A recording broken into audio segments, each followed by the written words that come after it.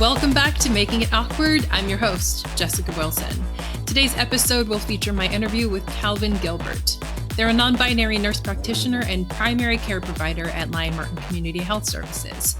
Calvin and I recount our presentation about weight stigma in trans healthcare at the Trans Health Summit this past May. And note that this interview includes an anti-fat phrase that a medical doctor yelled repeatedly from the back of the conference room while we were presenting, before she was escorted from the room. But first, thanks to HFiore03 for the review on Apple Podcasts. And I'm happy to report that I have my first 1-star rating on iTunes, which makes me believe that the podcast is reaching beyond my typical audience and people are feeling a way about it. Successes on both counts. This week, we're starting another series of episodes, this time about trans healthcare. These episodes will be more specific to the application of weight and BMI in the medical care and gender-affirming surgeries. We will get into the structures and systems that reinforce anti-fatness and anti-blackness, and I'll hopefully talk to gender-affirming surgeons about how they apply BMI cutoffs to their work. Today, we'll set the stage for the United States Professional Association for Transgender Health, or USPATH, conference that I'll be attending November 1st through November 5th. Throughout November, we'll dig into BMI history, its current application and outcomes, specifically in gender-affirming surgery access. As I did for ultra-processed foods, I'll look at the bigger picture and the people in positions of power who have driven the research, conversations, narratives, and gatekeeping. I invite people to send emails and voice memos of their experiences with any of this and questions along the way. Those who listened to the Lustig episode heard a bit about the clinic where Calvin and I worked. Lyon Martin provides medical, gynecological, and mental health services to trans, non-binary, gender non-conforming, and intersex communities and cis women. I started working at the clinic in 2022 as a clinical dietitian after doing a presentation for the clinic on anti-blackness and eugenics, which are two of the societal structures that influence anti-fatness. This is where I met Calvin. Together, Calvin, myself, and a few other providers worked on a policy that ended the practice of weighing patients at Lyon Martin as a part of their regular vitals assessment and stopped pathologizing patients for their weight and body size.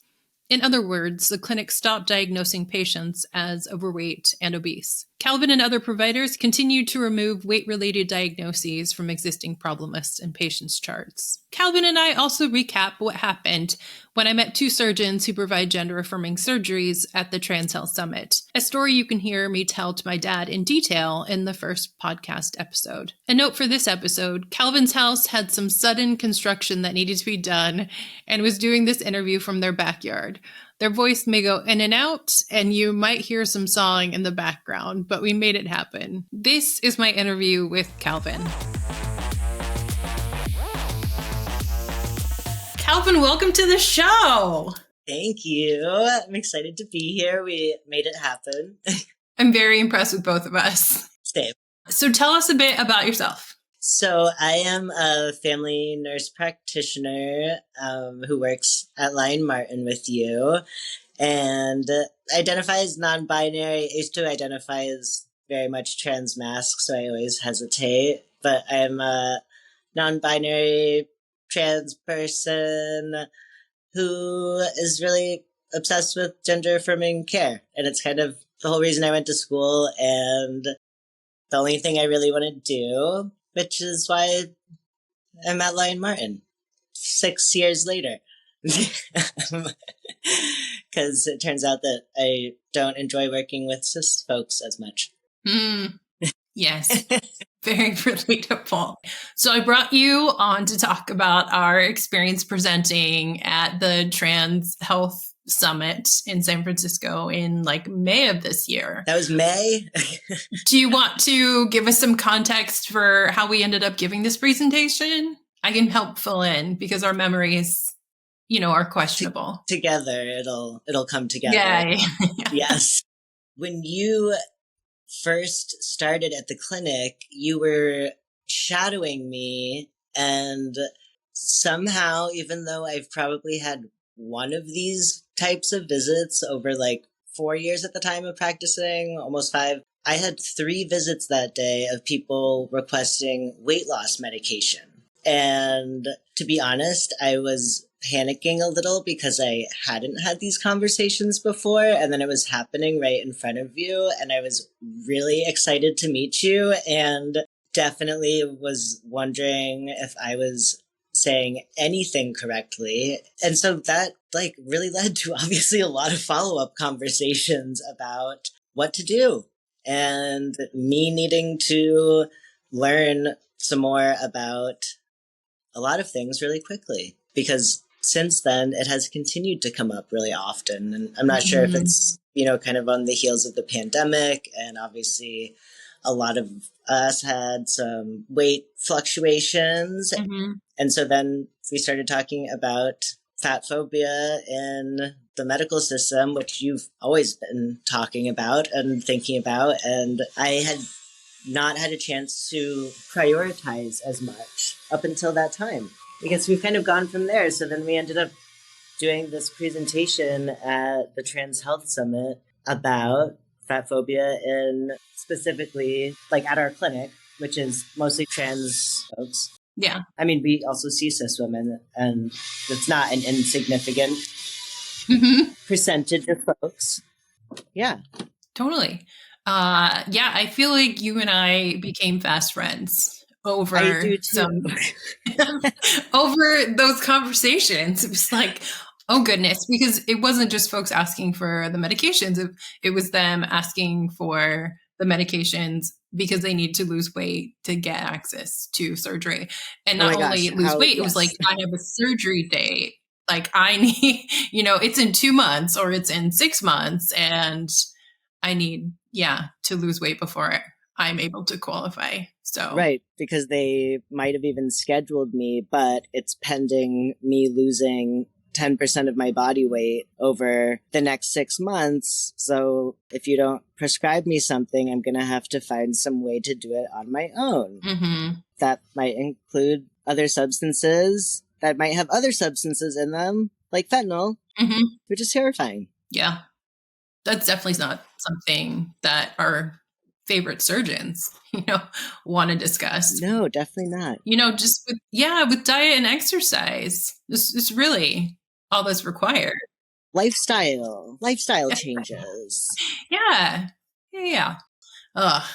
So I think for the conference, I may have just asked you and Allie, or somebody asked us. I don't know. That part I'm blurry. I'm fuzzy on that also. I feel like it was definitely your idea, because you had a lot more just knowledge, and I think a greater context for how many different barriers to care there are, and kind of putting them together in a all at once, instead of maybe sometimes my mind will focus on one little thing at a time, and then just go in a rabbit hole. And you were able to zoom out much faster and start to put things into, not in order, but paint a bigger picture of what was going on. Be able to create a presentation about it. So, both those things. That's true. It's pretty big things. You were, I think, writing a book or something too. So. I don't know. Maybe it was done. Really doing the big picture and lots of words situation. Yes. And then I was on a mental health leave. So this, me asking you to do this presentation on a mental health leave was really reinforcing my care, for you. And it was, because it was the only time that I left the house, and it was really good for me, even if it was a really intense experience. Yes. So turns out it was a really intense experience. The presentation was us in the end talking about Lion Martin's new policy addressing weight stigma in the clinic, a no way policy, the health at every size policy. And that was the solution. So the, topic was weight stigma in gender affirming care and trans healthcare generally. And then hey, we're actually doing something about it. Let's talk about that. And it took me a while to put the pieces together from our talk. Would you like to start on what happened that day? Sure. And for context, for maybe folks who haven't, been to a trans health conference or a trans conference. It is like a hotel full of, I would say, thousands. Yeah. Probably at least like a couple thousand. I would say mostly trans identified, or like at least, a large amount of folks awkwardly crammed into spaces. And there's something really like reassuring about knowing that if you are having a hard time, no one is going to bat an eye if you need to leave, if you need to take space, if you get overwhelmed. So that part is just going into it. I did not anticipate at all what ended up happening, because while there are, of course, like infighting within folks who work in this medical community and are, disagreeing over things, I naively went into it with also my white privilege of that, like, oh, a lot of folks here on the same page. We're not going to be introducing anything that I think people are going to disagree with. I think people are just going to be excited to think about concrete things that we can do to change this in real time. So, well, I, of course, got off at the wrong stop and showed up only 1 minute before our presentation started. And so you had everything all set up, and I was very inspired by your confidence. And so we're presenting. I think it was going well. We had a good crowd. The room was pretty full. And I saw this very thin white wrist kind of raise a hand from around the column and start asking us if these folks who had surgery referrals going and were struggling to lose weight, if we had ever thought to refer them to a weight loss clinic. And there was silence in the room, I would say, right after they asked. And I know my first thought was, is this a joke? Specifically weight loss clinic, yeah. Yes. And then also I was like, what is a weight loss clinic? Was one of my next thoughts, because I guess I had heard about them, but I've never referred someone to, there is a UCSF weight clinic, which I looked up later.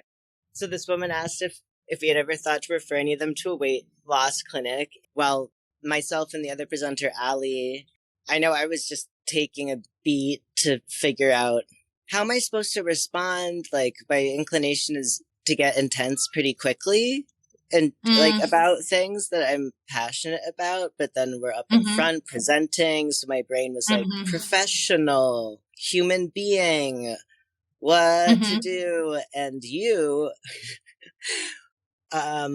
tried to gently redirect. Yeah, we'll take questions at the end, Right. Because you had said we also will never call on you.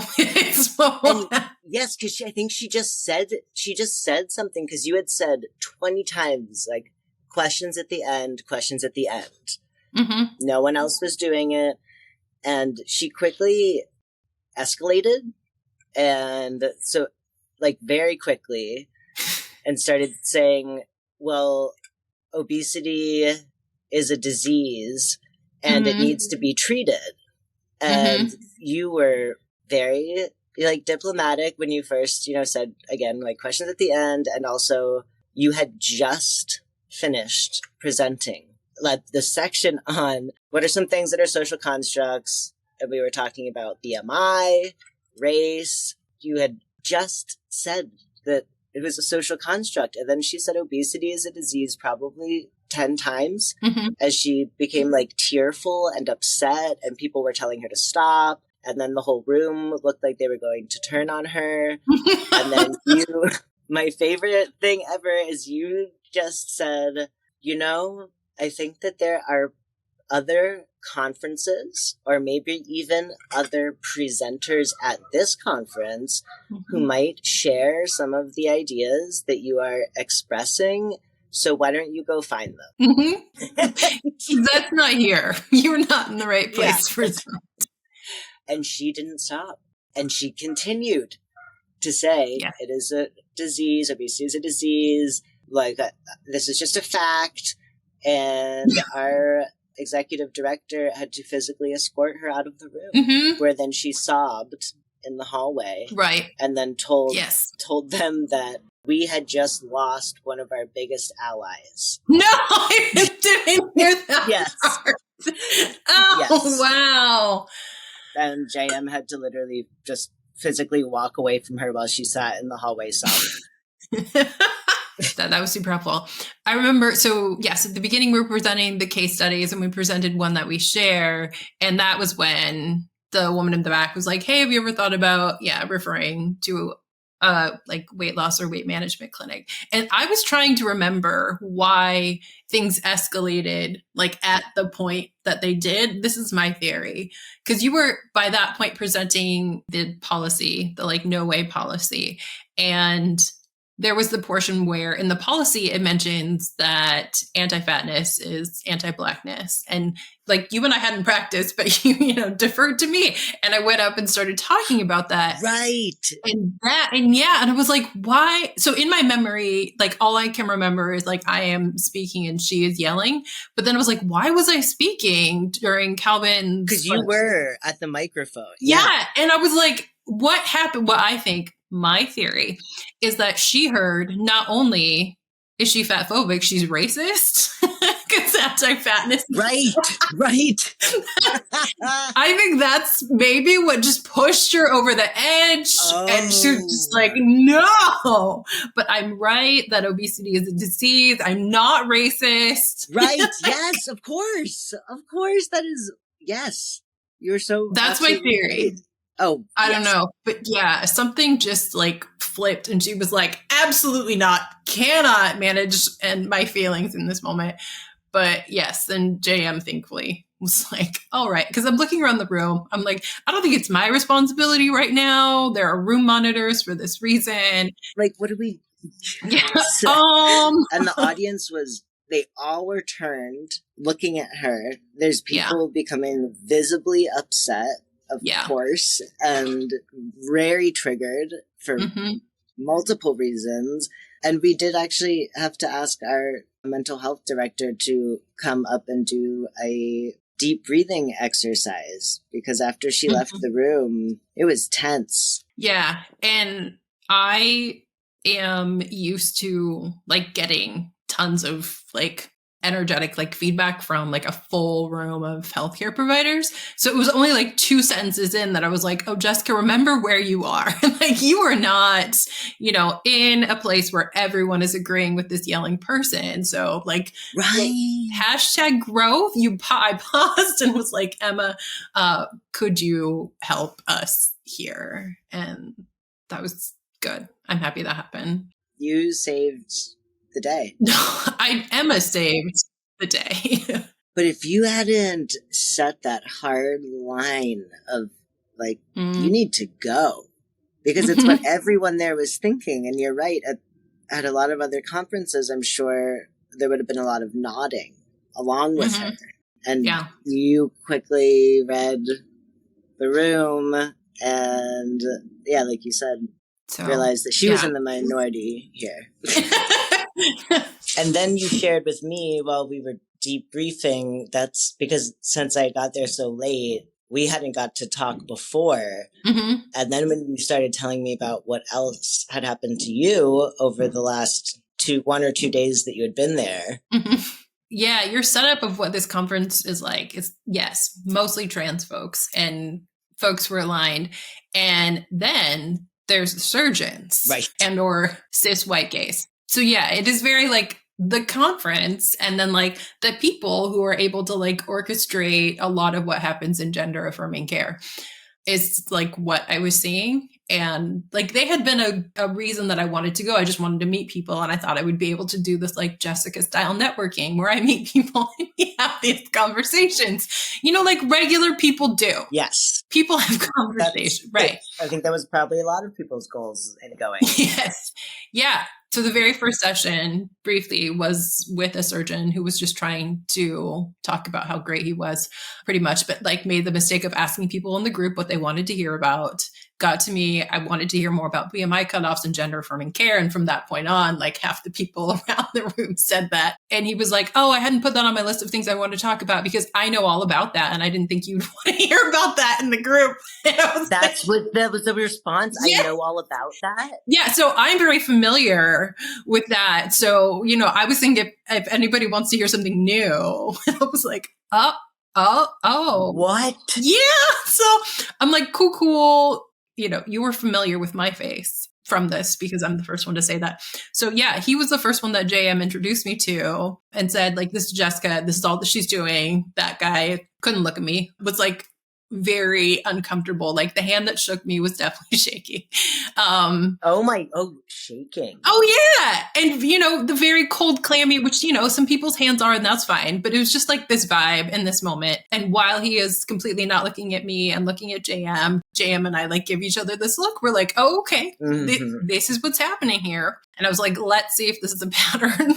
And then that is when I turned to my now favorite doctor, who then asked if I worked the arts and crafts table. So all of that had been like the backdrop for me coming into this presentation. And it was actually the morning of the presentation was like, I can't make this shit up. I need a podcast to talk more about these things, because this is definitely not the first time these things have happened. Like if you were trying to explain how a whole bunch of really messed up things could happen. This is like, maybe this would be an example. Yeah. Like a vignette. You experienced all of that within a couple hours. Couple of minutes even. Well, yeah, a couple of hours. Oh my gosh. Well, yeah, I went back to back on those guys because I had, arrived back from lunch. I was like, JM, I think this is happening. Will you see that this is happening? And they were like, oh, I bet it's not happening. Or actually it probably is. But yeah, let me go. And they did a great job and totally confirmed what we had expected to be true, which was that, I just was not important in the conversation. I actually didn't belong, not from Black women not belonging, which is also true. And that's how I was treated otherwise from other people. But just why am I even in this conversation was really what it seemed. Multiple layers of you were just invisible. Yeah, it was so much. And I was like, have you never talked to a Black woman in this field/capacity? And, maybe might the answer? Yes, it could be. I was actually trying to think of different settings. I'm not a surgeon, I don't know. But hypothetically that they had different settings that they had been in. And my first reaction was maybe, I bet probably not. Actually. Yeah. I could see how the answer would be no. So all of this is going on. Yes. This is gonna come out for the conference in Denver, US Path.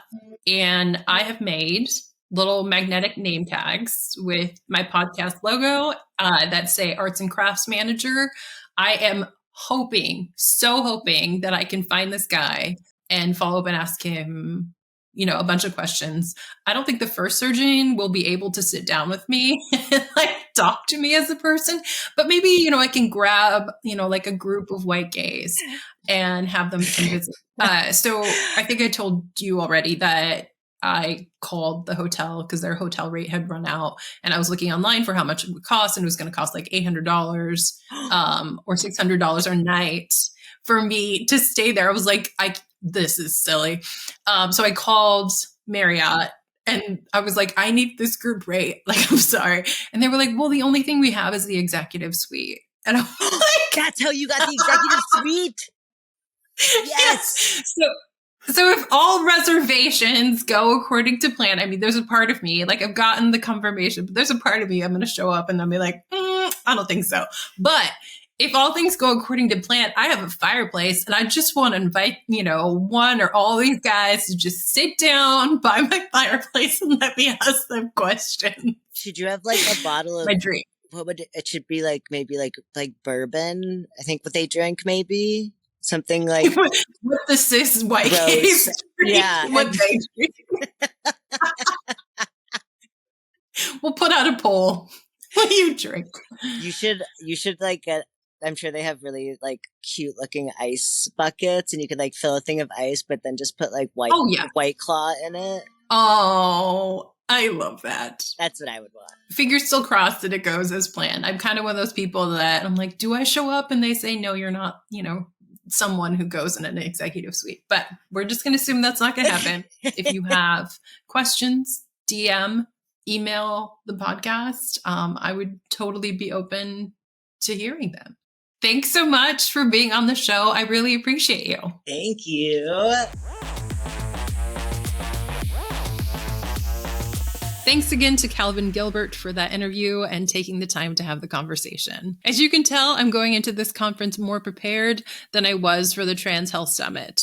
I also plan to schedule a massage for the week I get back. I'm determined to talk with surgeons and hear more of their research. And next week, I'll have a researcher on to talk about the technical aspects of BMI application and gender-affirming surgeries and the different terms people can become accustomed to hearing during this series. We'll both also talk about some things that we'll be looking for at the US PATH conference.